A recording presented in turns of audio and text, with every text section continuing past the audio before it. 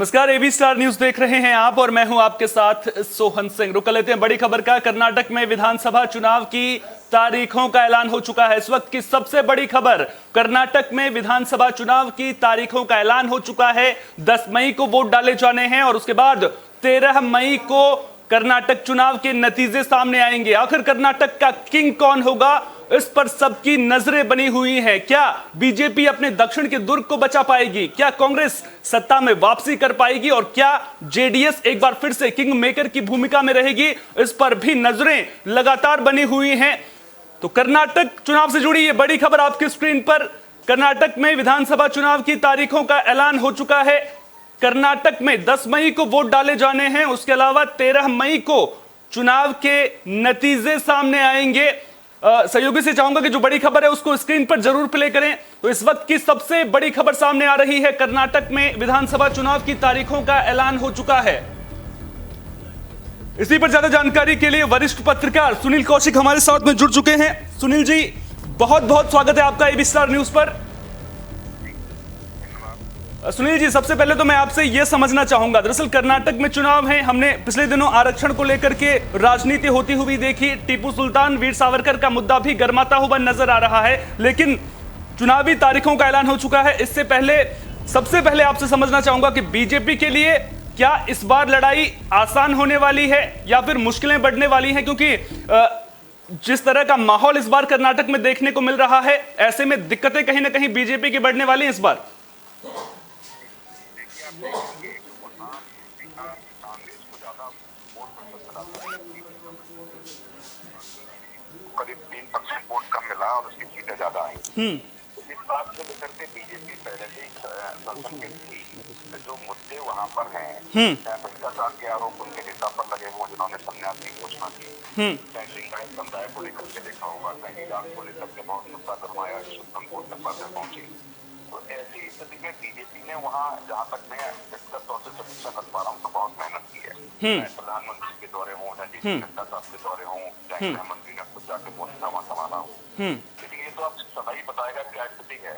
लेकिन वहाँ बिल्कुल बारीकी तरीके से समीक्षा करेंगे तो निश्चित तौर से एक नंबर पर बीजेपी ने वहाँ चुनाव प्रचार किया, मुद्दों को उठाया, चाहे आरक्षण की बात की गई हो, चाहे इराक को लेकर के जो माहौल हो, जो टीपू सुल्तान को लेकर के जिस तरीके की चर्चा वहाँ एक दिशा में जो चीजें छेड़ने का प्रयास बीजेपी ने किया हो, जिसके पास बीजेपी के पास, कांग्रेस के पास उसका कार्रवाई है। तो ये समझने की आवश्यकता होगी कि निश्चित तौर से कि बीजेपी ने जो मुद्दे वहाँ छेड़े, वो छेड़ने के बाद कांग्रेस के पास कौन सा रोड लेकर, कांग्रेस ने उनके लिए क्या ब्लूप्रिंट तैयार किया, कौन से बड़े नेता वहाँ गए। मुझे लगता है एक भी बड़ा नेता ने वहाँ ध्यान ज्यादा नहीं दिया है। ये कांग्रेस राहुल गांधी और उसमें उलझी हुई है। दूसरा, 3 महाजातियां बहुत ज्यादा विशेष तरीके से आप देखेंगे तो एक करोबा जाति आती है, जिसकी 25 से 30 सीटों पर बड़ा प्रभाव है, जिसके बड़ा चेहरा माना जाता है सिद्धारमैया साहब को। दूसरे जाति आती है कोंका लेंगा, 55 से 60 सीट ऐसी है वहाँ जिसका बड़ा महत्व है, जीतने और हराने की पोजीशन में समुदाय होता है। बिल्कुल। तीसरा चेहरा कुमार स्वामी है, देवगौड़ा के पुत्र हैं। लिंगायत की भी लगभग 80 सीटों पर अपना दखल रखता है, जिसके बड़े नेता वहाँ येद्रुप्पा माने जाते हैं। बिल्कुल। तो ऐसी स्थिति में आप देखेंगे वहाँ जो माहौल क्रिएट बीजेपी ने किया, उसका ब्लूप्रिंट का कांग्रेस के पास है। कांग्रेस में जो वहाँ दिखता है कि 3 से 4 वोटों में बच गई है, उसका समाधान कांग्रेस समय रहते नहीं कर पाई है, तो चुनाव की घोषणा हो गई। सारे बड़े नेता कांग्रेस के राहुल गांधी को बचाने में दिल्ली में सारे लोग कूच कर रहे हैं, चाहे मुख्यमंत्रियों की बात की जाए, चाहे बड़े राष्ट्रीय स्तर की बात की जाए, लेकिन बीजेपी ने सीधा सीधा मोर्चा कर्नाटक में संभाल रखा है। तो निश्चित तौर पर कहेंगे हम तो चुनाव परिणाम बताएंगे, लेकिन जहां तक मेरा आकलन है, बीजेपी अपनी वहां अच्छी स्थिति में फाइट कर देता है। लेकिन बीजेपी में अंदरूनी घमासान भी तो देखने को मिल रहा है। 3-3 गुट बनते हुए नजर आ रहे हैं। बीएल संतोष का अलग गुट बनता हुआ नजर आ रहा है, बसवराज बोम्मई का अलग गुट बनता हुआ नजर आ रहा है। तो जो अंदरूनी उठापुटक बीजेपी में है, क्या वो बीजेपी पर भारी पड़ती हुई तो नजर नहीं आ रही है? सवाल मेरा इसलिए है क्योंकि पिछले साल ही कर्नाटक में 2 हिंदुवादी नेताओं की हत्या हो जाती है, उसके बाद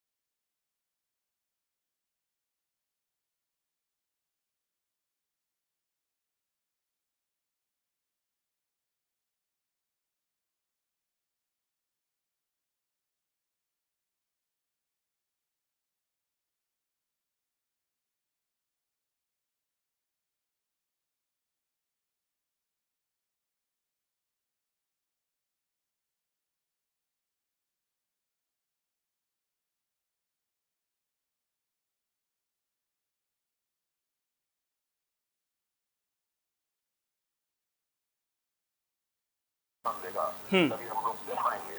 लेकिन निश्चित तौर पे मैं जहाँ तक कह सकता हूँ, कुमार स्वामी जी के पास उनका कोई जवाब नहीं था। और कुमार स्वामी को जो दौरे करने चाहिए थे, जो रैलियां करनी चाहिए थे, पिछले उपचुनाव की अपेक्षा लगभग 60% रैलियां उन्होंने कम की।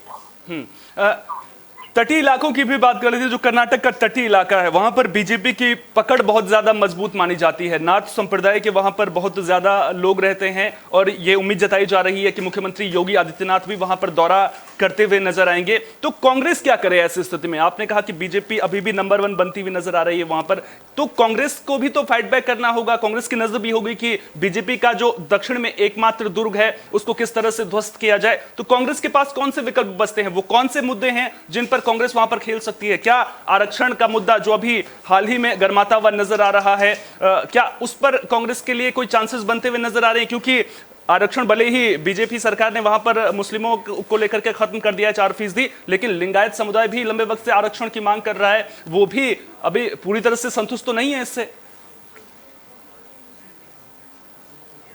सुनील जी, आपको आवाज मिल पा रही है?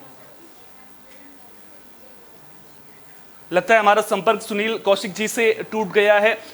तो कहीं ना कहीं कर्नाटक में विधानसभा चुनाव की तारीखों का ऐलान हो चुका है और अब तारीखों का ऐलान होने के बाद सियासत भी खूब परवान चढ़ती हुई नजर आ रही है।